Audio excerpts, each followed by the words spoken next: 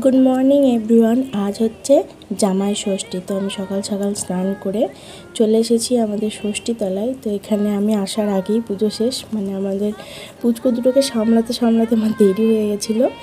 তো বাড়ি এসে তারপর জামাইবাবুকে মা ফোঁটা দিল, তো তারপর আশীর্বাদ করলো। এবার এটা দিয়ে আমরা সকালের খাবারটা খেয়ে নিলাম। লুচি, ছোলার ডাল, মিষ্টি, আম খেয়ে নিলাম।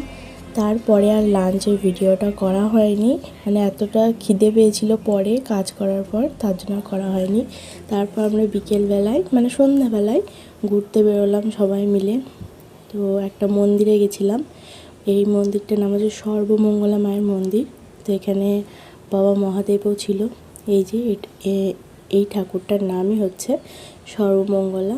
তারপর একটু স্লো মোশনে ভিডিও করলাম, দিয়ে বাড়ি চলে এলাম। আজকে এটুকুই, টাটা।